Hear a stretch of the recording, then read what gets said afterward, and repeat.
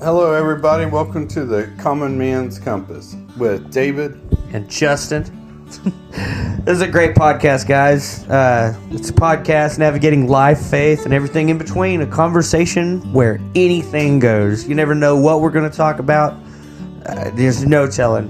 But we always try to keep God in it and keep God involved. And we're glad you're here.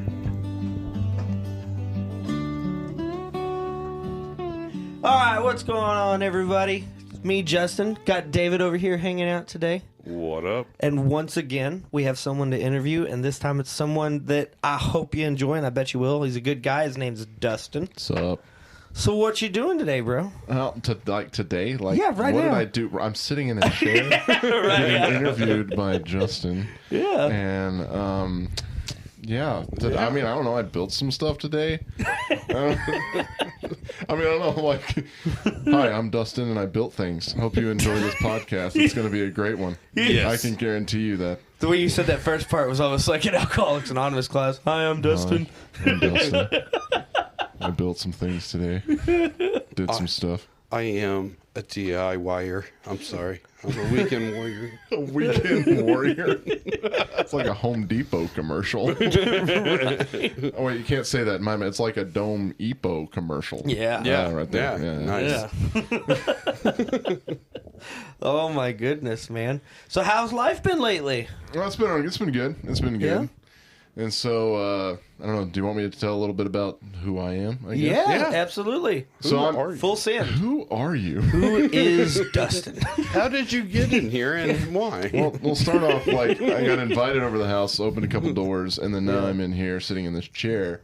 But I'm Dustin Wright. I'm the other half to Raising the Wild Ones podcast. Yeah. Caleb was interviewed, I guess. Has that episode already came out? Yes, it has. Mine will be better than Caleb's.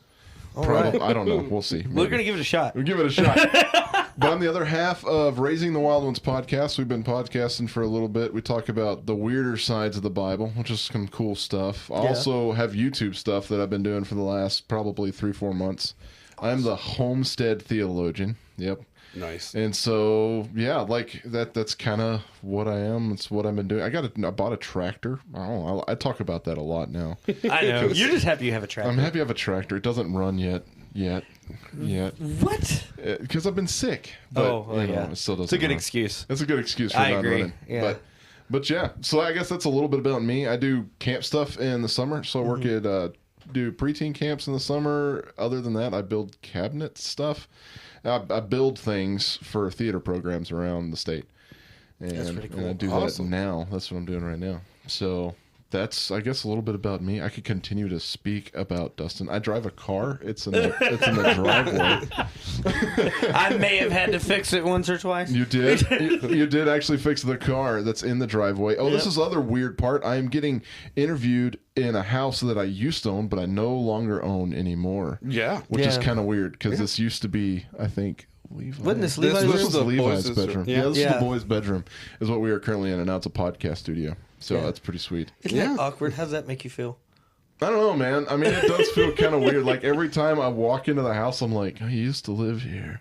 Right. And I'm like, because it's like, and you don't want to judge someone that you're doing a great job, by the way. You're doing a wonderful job with my house. Well, thank you. I would judge. I would be like, oh, look at that. Isn't that nice? I'm not judging, but like every time I walk up, because like we closed in the garage when I first lived here, right? And then I like right before we moved, I painted that white like so it'd sell decent. And then every time I walk up, I look at that paint and go, that paint's holding up quite well. I mean, that's like the first thing, and I did it when I showed up today. Like I parked and I was like, well, that paint, it's looking good. Oh, yeah.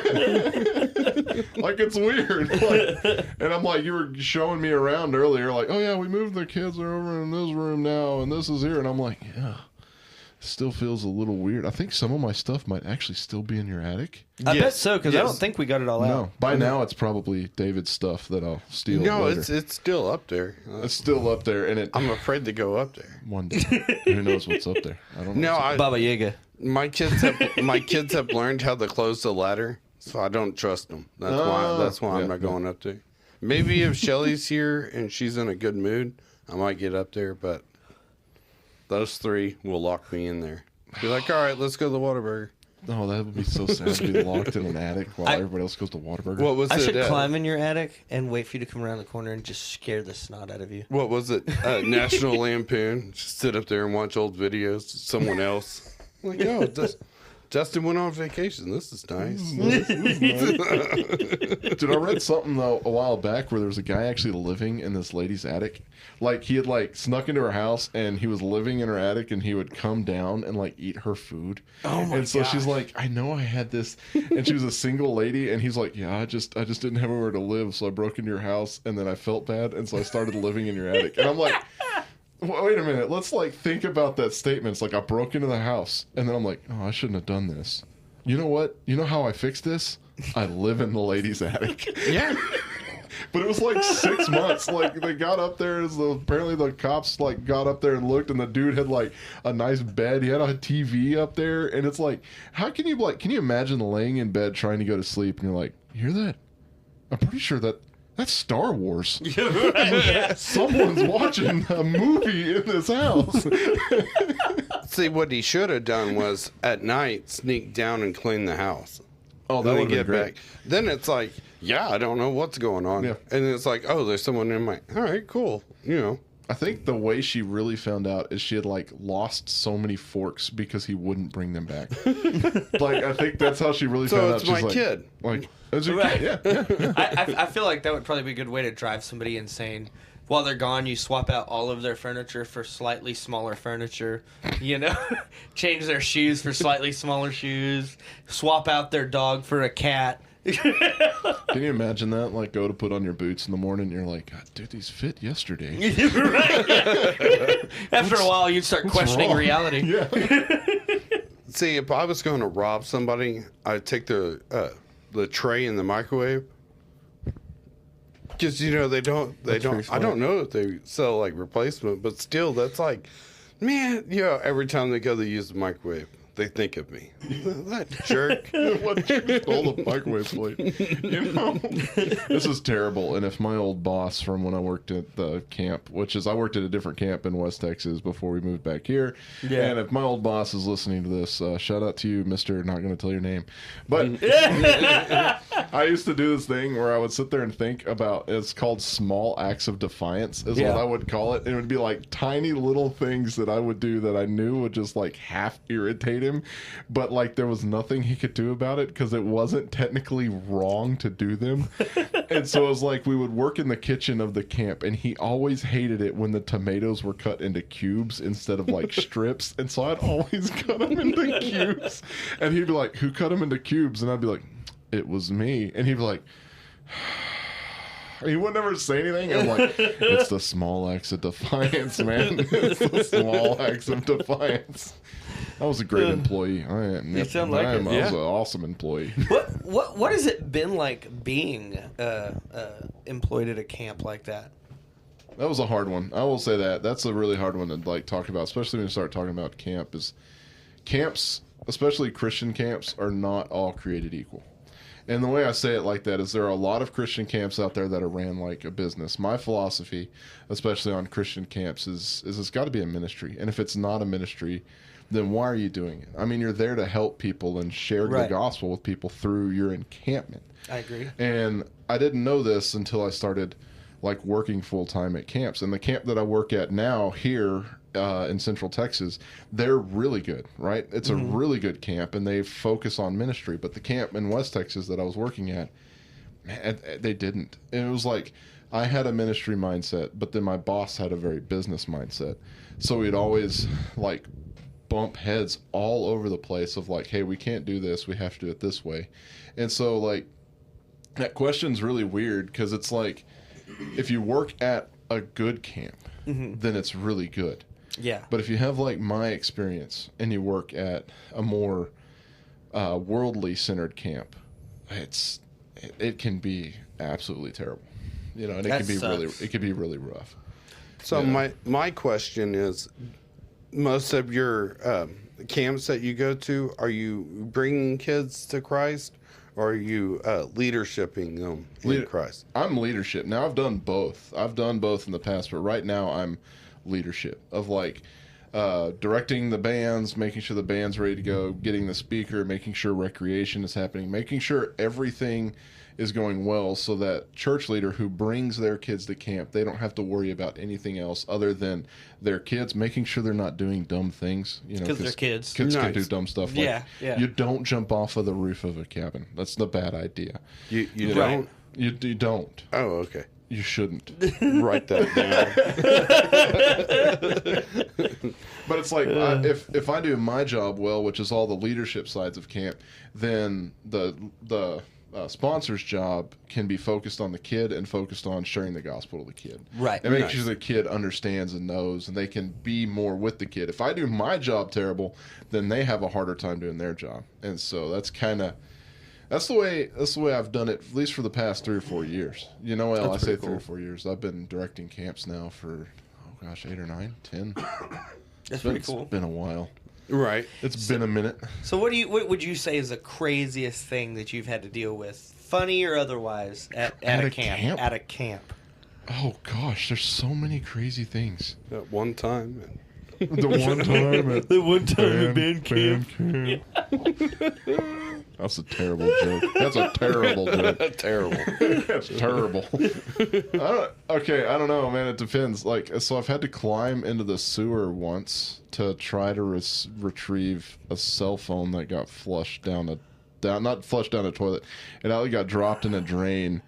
And so we had a manhole cover. That was pretty crazy. That was more irritating than crazy. That would have made me really angry. There was a fight over some mashed potatoes. That was a fun one.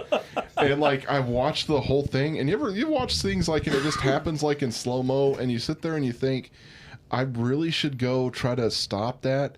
But then there's like that little bit in the back of your brain is like, but I want to see how it ends. Yeah, right. Like, just let it play And out. it's like, I remember these 2 girls were like talking, and they were like talking about the mashed potatoes. And for some reason I was there.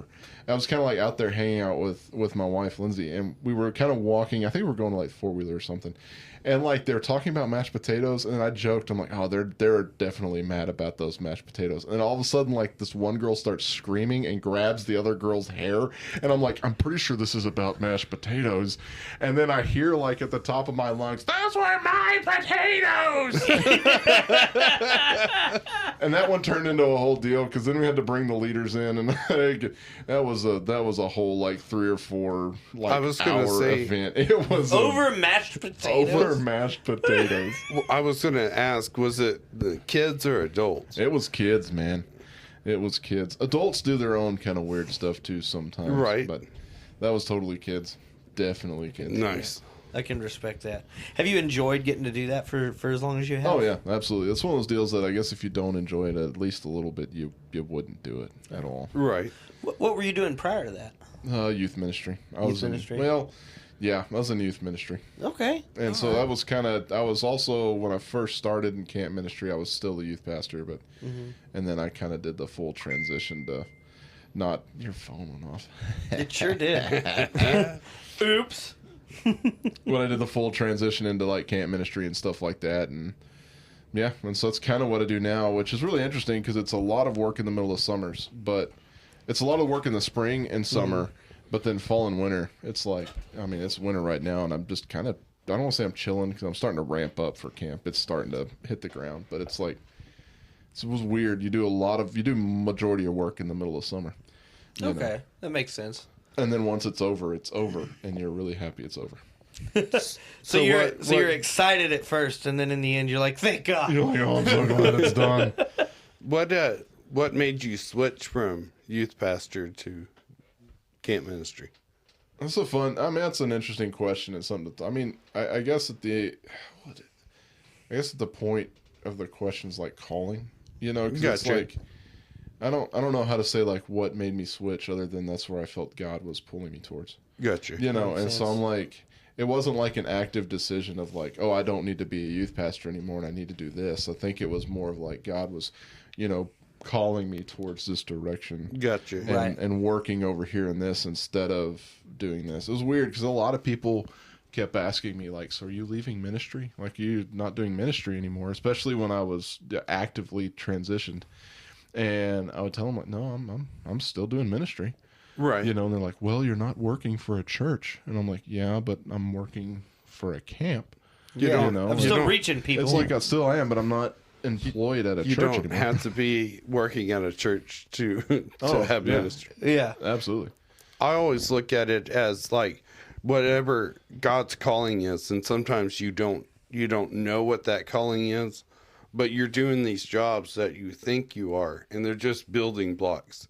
So when you get there, it's like, oh, so that's why I worked at this job, and that's where I learned this from that. Yeah. I think it's fun to think about when you realize that you don't always get to pick what God has planned for you. Right.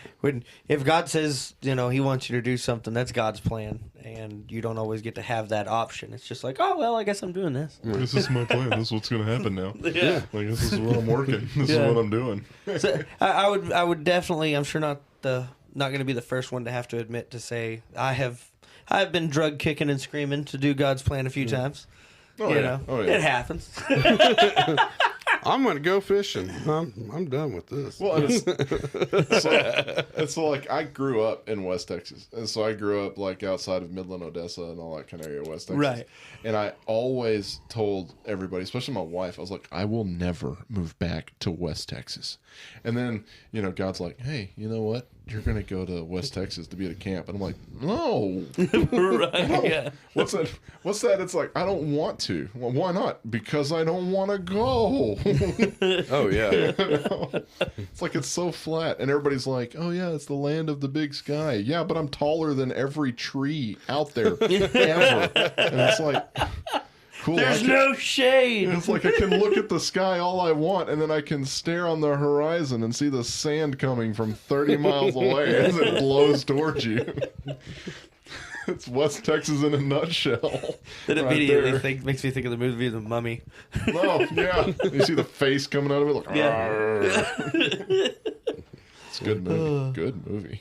So what all jobs have you done aside from that?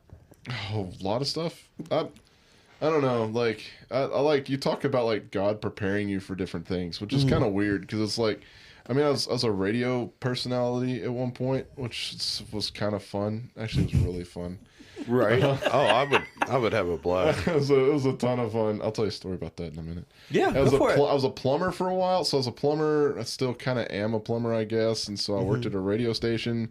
You know, I was a youth pastor. I worked at a funeral home, which that's a ton of fun. There's a lot of funeral home stories that I could talk about. Oh, I'm sure. You know, and so it's like all of these things like gave me like little pieces of information to be able to do this and do that. And like even at the camp, like I know now like God had called me to West Texas, but then he's kind of brought me back here.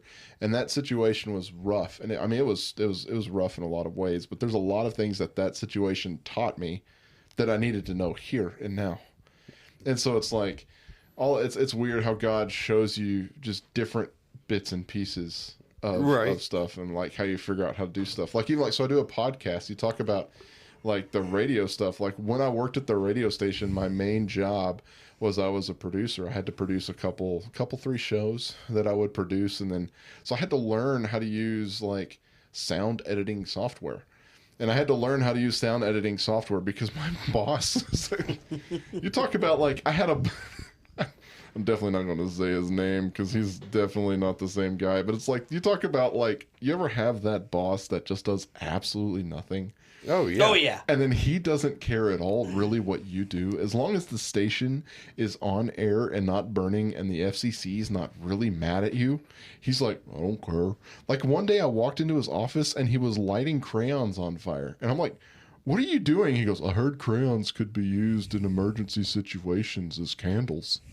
And I'm like, well, can they? And he's like, we're like, and then he's like sitting there with it on a plate and it's burning. And we both sit there for like a solid 3-4 minutes and we're just watching it. And he goes, I guess they can. And I'm like, you're supposed to be working. And then I'm like, but so am I. I am also supposed to be working. And we're both just watching this candle burn. That's awesome.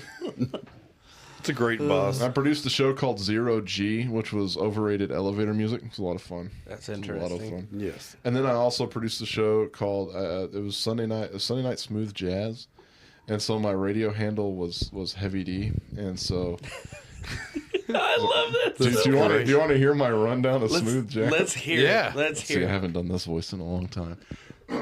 All right. You're listening to Smooth Jazz. I'm Heavy D, going to be your person that's going to be bringing you that jazz all the way up till midnight. So grab your honey, pull her close, and listen to these sultry tones. I like it. That's so awesome. That's nice. You have such a bass voice too. You said that, my headphones were like vibrating. I was like, jeez. I loved doing that one. That was my funnest because I would. Okay, so just so we're clear, the radio station was a NPR. That's what you call it. Mm-hmm. NPR. Like nobody ever listens to this. It's the radio station that when you're like skipping and you're like, why is there classical music? And then you like skip over. Yeah. it. And so it definitely was that radio station. And so I knew no one was listening. Right. But then, like, every once in a while, I would get because I'd have, like, hey, if you got a jazz song that you want to, how did it say? I was like, if you and your honey want to listen to a certain song, give me a holler here at the station and maybe I'll play it. Stuff like that. Yeah. Right. And, like, no one would ever call. But then every once in a while, like, one person would call and you could tell it would be like, this high school kid who's like hanging out with his girlfriend. He's like, "Hey, can you play some what's that? What's Kenny Loggins? Kenny G? Can you play some Kenny G?" I know. I love that. That was the best job ever. Growing up in North Texas, we would always there would be some of those like those smooth jazz and you would hear them like, please, somebody call. Somebody think of me. Is anybody there? This is my inner thought.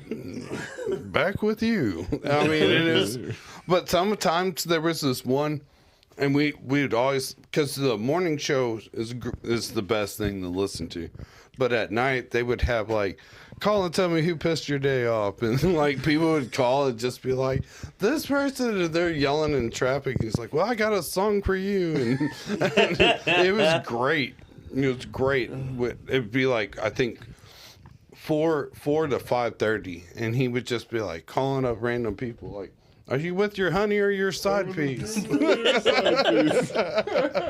All the stuff I wish I would have remembered or said. Nobody like ever called. Like I'd probably get like maybe one or two when I would do that one because that was one of the. I did 2 live shows. I did another one that was called Midday Concert that was just classical music, but I would always do the Metropolitan Opera, okay? Yeah. And so you're like, oh, that's fancy, right? That's opera. And so you do the Metropolitan Opera, and I never got more calls than when something screwed up with the opera. Because I'm like sitting there, really? And I'm like, surely nobody's listening to this at all. And then all of a sudden something would go wrong with our transmitter or whatever, and I'd have to try to fix it and try to figure out what's going on. And then the phone would start ringing. And I'd be like, why is the phone ringing? Hello, this is Dustin with KOCV. How are you? And they're like, hey, why is the opera off? And I'm like, I don't know. I'm working on it. We'll fix it faster. I'm not. Thanks. I'll do that now. Yes. Yeah. Like, and it was like, I never got any other calls ever. And like, it's like something on the phone would ring and the dog is like, looks at it like, what do I do now? Like, that phone never rings. It's probably like the same one guy calling. But it was always the opera. And then my wife Lindsay actually worked at the radio station too. So every once in a while it was her because she'd be coming up to see me and she'd just call me and ask if I wanted like some nachos or something. But it's like, it was always during the opera. If it messed up, they're like, yes, we're mad now because we were listening to the opera. And I kind of add in my head that like all the old people are like, hey, come over to my house. I've got snacks and we'll listen to the opera together. And then it's like, oh, you ruined my party, station. You ruined it. Call the station. Tell them to turn it back on. I bet it would be weird. Like, hey, y'all better get that stuff on right now. Because I'm trying to work on this tractor and I need my classical music. You better get it on right now. You better get it on right now. You step into the mechanic shop and all you can hear is, oh yeah. Oh yeah. Oh, Earl's back at it. Oh, Earl's back at it. she done broke his heart again.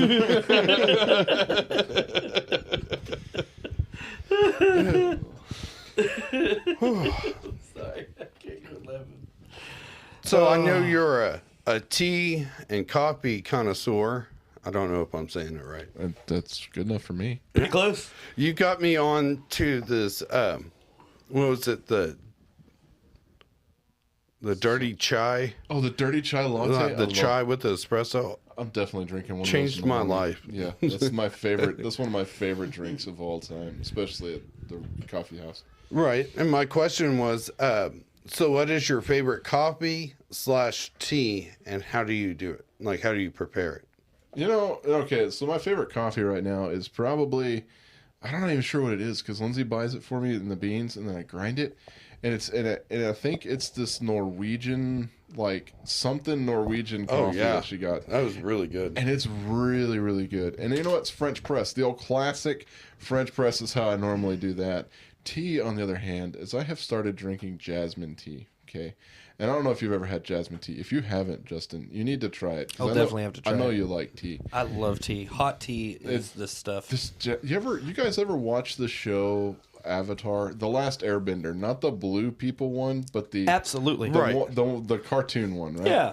It's one of my favorite shows all the way. Prime television. Except the live action was horrible. But the cartoon was great. The live action was weird. The live action movie, I was very disappointed. You made it weird. Lately, I actually went back and rewatched that like 6 months ago because I was like, oh, hey, I wonder if it was as bad as I thought it was. And then about halfway through, I turned it off and went, it was as bad as I thought it was.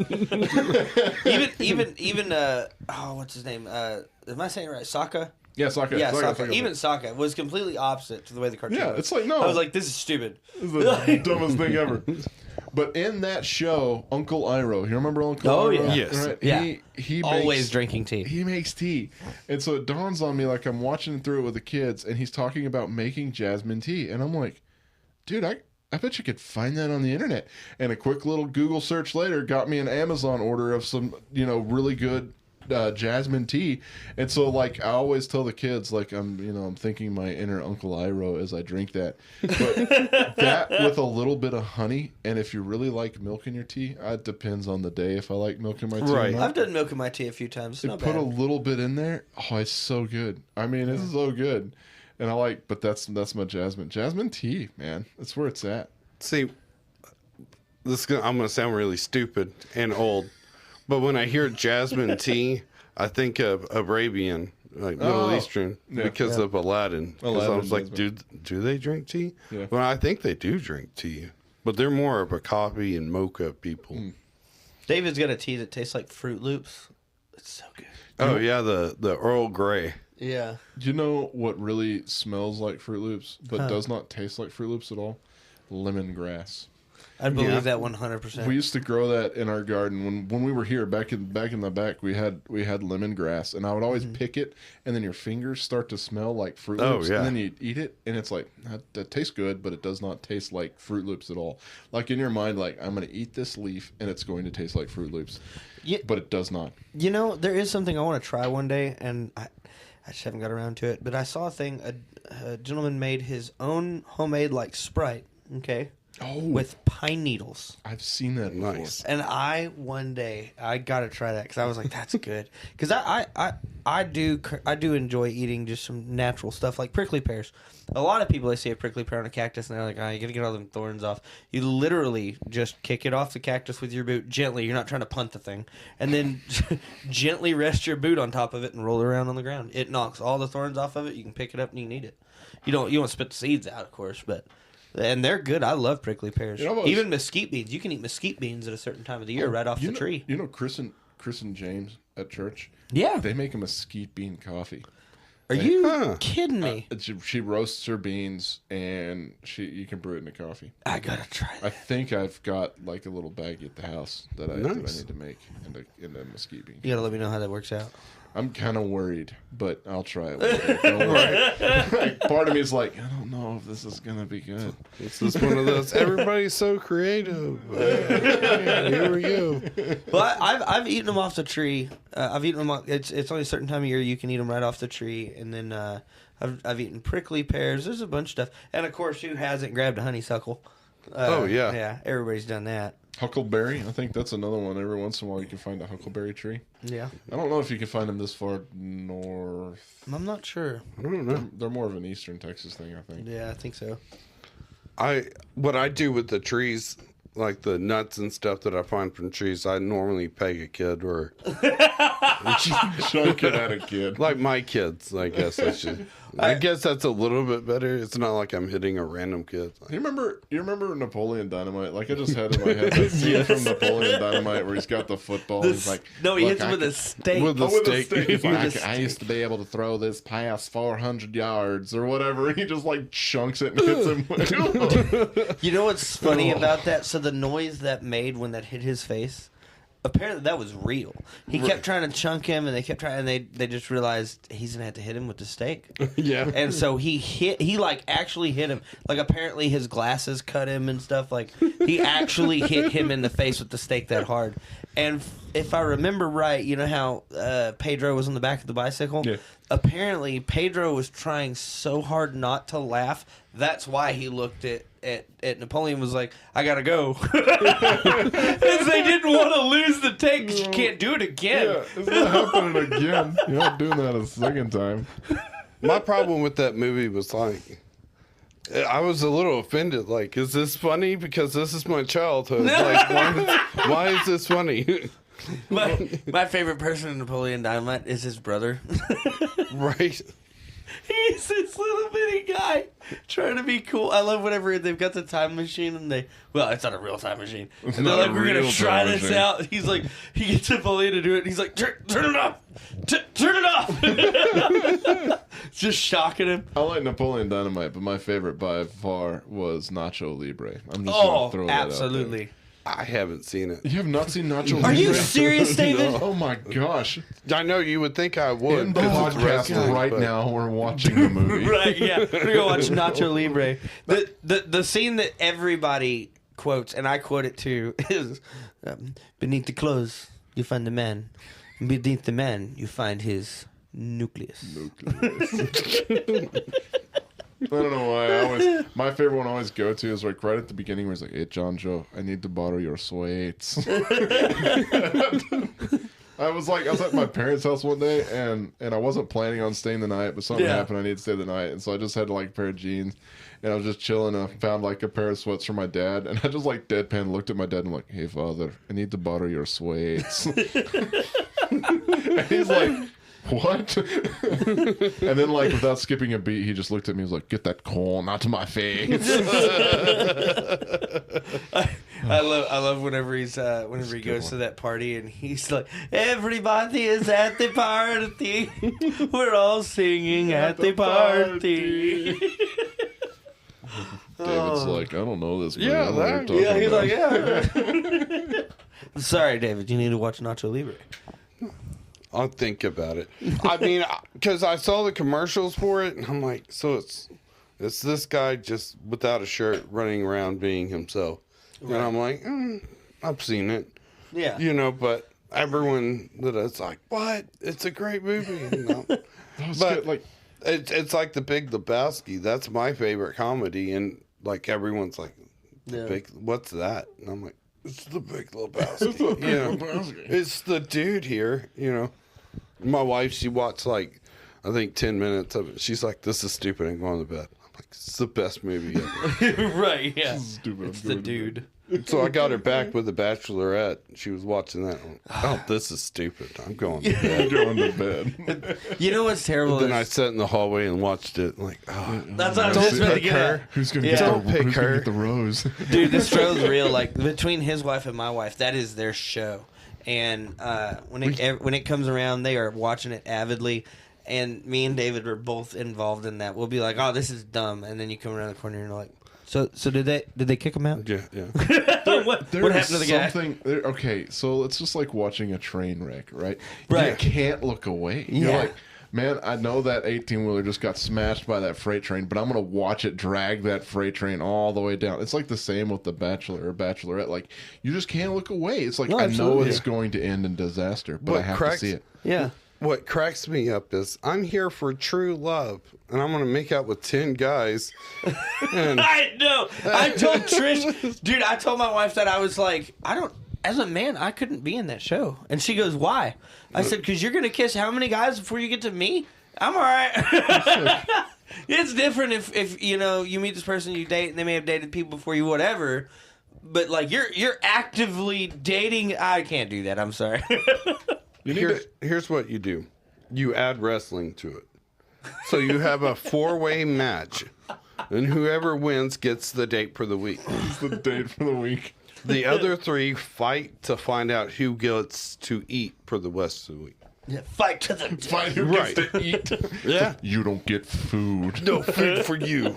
You get rice. See, the problem is like if I ever got cast on that show, they're like, Dustin, why are you here? Are you here to find true love? Like, nah, dude, man, it's on an island in the middle of the Caribbean.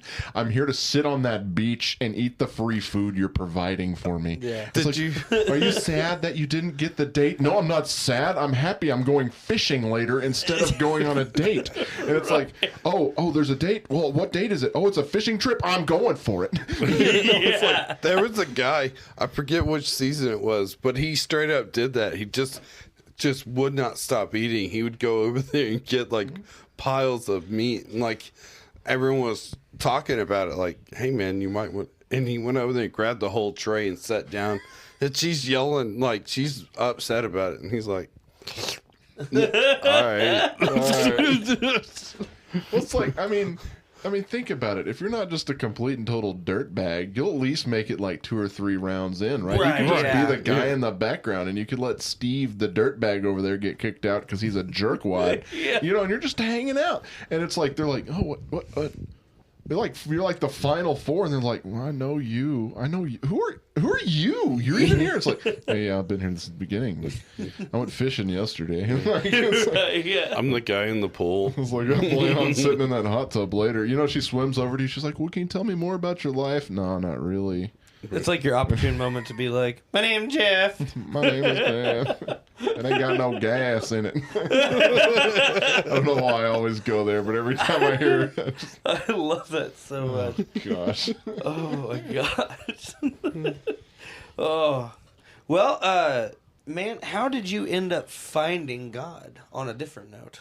Well, you go from the Bachelorette to like that deep. Yeah, of a question. I was like, you know, we're gonna change it up. How do you transition from the Bachelorette to? So how did you give your rose to God? How did you give your rose? That's what to I should have God?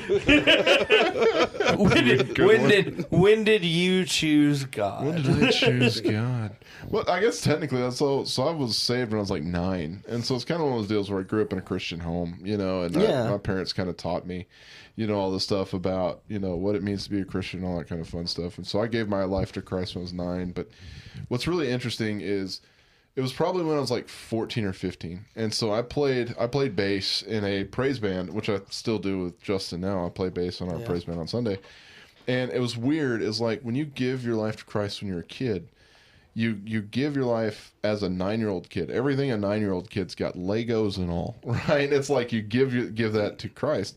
But then I remember I was like 14, and I remember sitting there playing bass at like a youth event, sitting there thinking like, crud, man, I need to go to the altar call. You know, it's Right. like, and it's like, but it's weird because like, but I can't because I'm playing the altar call. And so it's like, this was weird, but it was like this idea of, you know, I need to give my life to Christ again, right? And it's like, but I got to thinking about it, and I sat down with my youth pastor. His name is Elias Garcia. He was a great guy when I was a kid. I mean, still is. I talk to him every once in a while. And I remember talking to him. He's like, you know, Dustin, you gave all that you gave to Christ when you were 9. And he goes, have you done that again? And I'm like, well, what do you mean, have I done that again? It's like, you're now not 9. You're 14, and life's a lot more complicated. And he's like, have you stopped, and have you just, like, given everything to God again?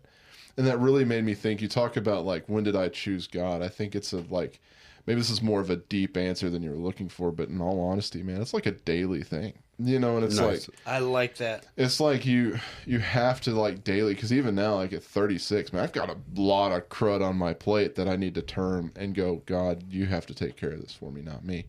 And so it's like, yeah, I became a Christian when I was 9, but it's like multiple times throughout my life. It's just, I stop and I think, you know, why am I so worried about all these things? I need to continue to give these things to God as well, you know? Yeah.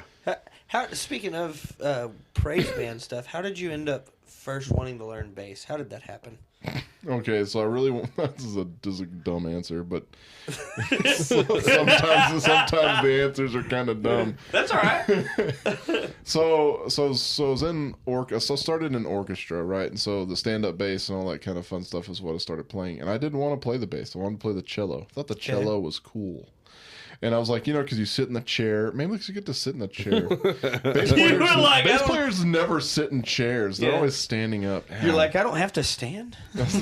In my mind, I was like, the cello's cool, right? You always see the cool guys at weddings. They're always playing the cellos. Oh, yeah.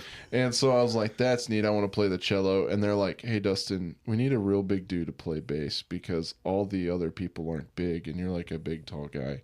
And I'm like, I want to play cello. And they're like, well, we've already given all the cellos out to the rest of the orchestra, but we haven't given the basses. Do you want to play bass? I'm like, I guess I'll play bass. And so that's what started it all. Like, and that was like 11-year-old Dustin was like, I'm fine, I can. And they're like, you're a big guy, you can carry the bass. So I basically started down the path now where I'm a bass player and I love playing bass because I was a big guy and I could carry a stand-up bass. It's a really dumb answer, I know. That is awesome. Yeah. But it's like, I wanted to play cello. And even then they're like, well, do you want to play violin? I'm like, cool guys don't play violin. Cool guys play cello. And it's like, well, I guess half cool guys play bass too. And so that's what started playing bass right there. Where did your bass journey lead you? I don't know. I mean, I guess it's still here. I mean, well, yeah, but I mean, what was the path? It's kind of weird. So I started playing bass, and so I started playing bass, and then I could play some chords and stuff like that, and then I could start playing in praise bands, and I played in praise bands pretty much ever since I was like a freshman in high school. I started playing in praise bands. I've played a few camps, which is a lot of fun, like to play bass like at a camp, because you want to talk about like the lowest thing you can do. Like nobody asks you to do anything else other than show up, play 4 songs, and then go sit in the back, play 2 songs at the end, then go eat some snacks. Like, right. Oh, that's the best part. Nice. And so I did that I've done a couple camps like that. I was in a short-lived Metallica cover band, which was awesome. Which was a lot of fun for a little bit until I realized like I was a 16-year-old kid playing in bars, and my parents did not like that at all. And my dad's like, I didn't realize you were. I think what was the name of the bar? It was like called Dos Amigos or something. There was a bar out in West Texas, and we had gotten the gig, and I was like, hey Dad, I got a gig this weekend. He goes, yeah, where at? And I told him at, and my dad's like, no. And I'm like, no what? And he's like, you're not playing there. And I'm like, why not? And I didn't really even know what it was. I was like, this is a place, this is a gig. And he's like, no. And then I looked it up, and I was like, oh, Dad, why are there like fence around where the band plays? And he's like, because they throw bottles of beer at you. And I'm like, oh, Cool. Okay. Yeah, I probably don't need to play this place. I play a lot of jazz. I like jazz. I play stand-up bass and I play jazz. That's a lot of fun to play sometimes. That's pretty cool. You know, every once in a while when we play a song, whatever song that was like 2 Sundays ago that we played, I always want to play it really like funk. You remember we played it? Oh, yes. We played it at the offertory at the end. That's supposed to be slow and easy. And I was over there smacking a rim shot. And it's like, it feels like it should just be some good old classic, like, 70s funk, you it's know? so fun. yeah. Like, And it's like, it's too easy to make funky. That's the problem. I know. And it's like, I All of a feel sudden, I feel like that's the way I should play it all. And it's like, one day I'm going to convince Landon to play that song as funk. I'm just going to do it. It's going to happen. It's got to happen. But. Oh. Oh. Well, Can you that turn is it off awesome. for me? Thank you. I bet Apparently, we had a car My alarm car going alarm off. is going off. I bet it is keys hard in my pocket. when you're playing instruments and then you're playing in church. I bet it is hard to like not necessarily calm it down, but calm it down. Well, What? Go ahead. You answer this. Well, it's not. It depends on the song. I don't know, because if there is one thing that has a really weird flow to it, and Justin can probably answer this a lot better because he plays drums. Like he played drums secular and then went into like playing drums as worship. When I played worship and then went into secular, and so it's like it's a really funky way to say it because it's like it almost every worship song will build. And then it'll hit to a peak, and then like everything just falls apart and falls out, and then all of a sudden it jumps back in normally around the bridge, and then at the end it slowly fades out. And it's like almost every song will do that. Right. It's like it's going from in my world secular music to contemporary, and that was one of the hardest things I've ever done on drums. It's It is nuts, and there's times where you want to just have fun and you can't. And it's like it's not the time for that. It's not the time just to like slap that like bass.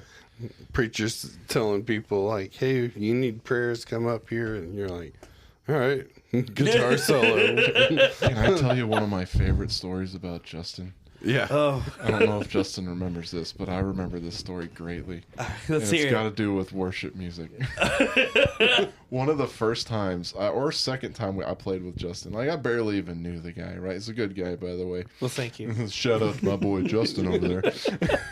But so like, you know, he's like, hey, we're going to play. You know, I think Blue wasn't the pastor yet, was he? No, I don't think so. I don't think he was. Yeah, he And was. He was helping lead he was praise and still worship. leading worship, you know, and Blue's like, hey, this guy Justin's going to play. And I'm like, cool, sounds great. And so Justin starts playing. And so we practice, things go good, you start playing, everything goes great. And then the song right before the worship set, right before Blue comes up, was like awesome. And he hit, like, Justin did some real good stuff on drums, and the bass was just jiving, and it was really great. And the whole time it was wonderful. And then, like, right as if we finished, you know, I take my bass off and go to leave. Do you remember what I this? do believe I do. And so Blue starts to pray. And right as Blue prays, like, Justin goes, man, that was effing good, and goes to give me a high five. Yeah. And I'm like, Justin, no. I was like, my man. Mike. Not right now. Yeah. And you're just like, oh. And then you followed me out to the back, and the whole time's like, man, bro, I'm so sorry, man, I didn't mean. I'm like, no, it's cool. Dude, Yeah, I we're got cool. so carried away. It's fine. But it was like, I was like, it was a good run. It was wonderful. But I just love that story because it's like it's the idea of like, man, that was so awesome. And I'm like, you know, it probably shouldn't cuss while the pastor is praying. Right, yeah. But, you know, he wasn't wrong. It was a good worship set. You know, we were just praising God up there. Yeah. You know? It's like one of my favorite stories. Like, because I remember just sitting there thinking, like, oh, no, we don't do that. Yeah.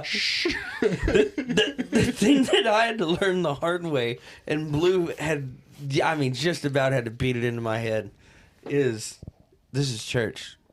Calm down.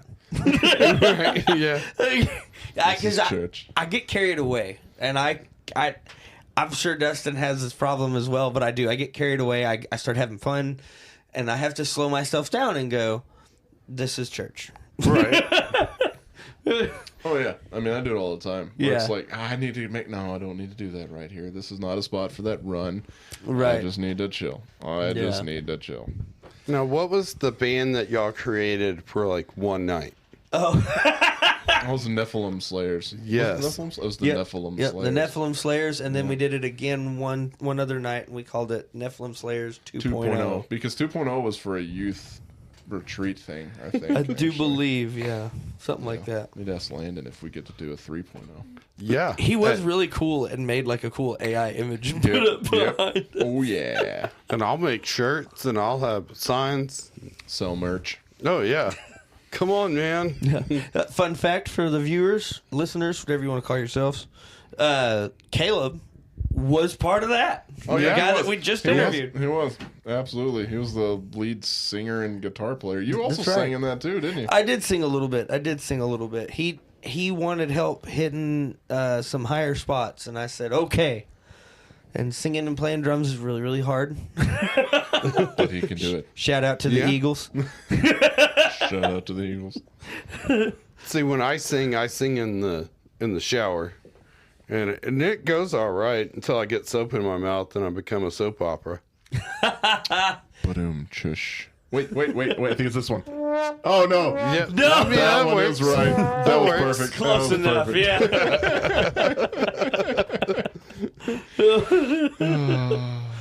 Oh my goodness, man. Well, I tell you what, life is pretty grand. It's always fun talking. But it is about that hour. Mr. Dustin, would you like to pray us out? I can do that. Yeah. I can do that. God, we thank you for this day. We thank you for this time that we have just be able to gather here and just chat with friends, Lord. We ask that you just please be with the listener and whatever they got going on. If there's anything in their lives, Lord, we ask that you just be with them. And we ask that you just guide us and direct us and focus our heart on you. And in Jesus' name we pray. Amen. Amen.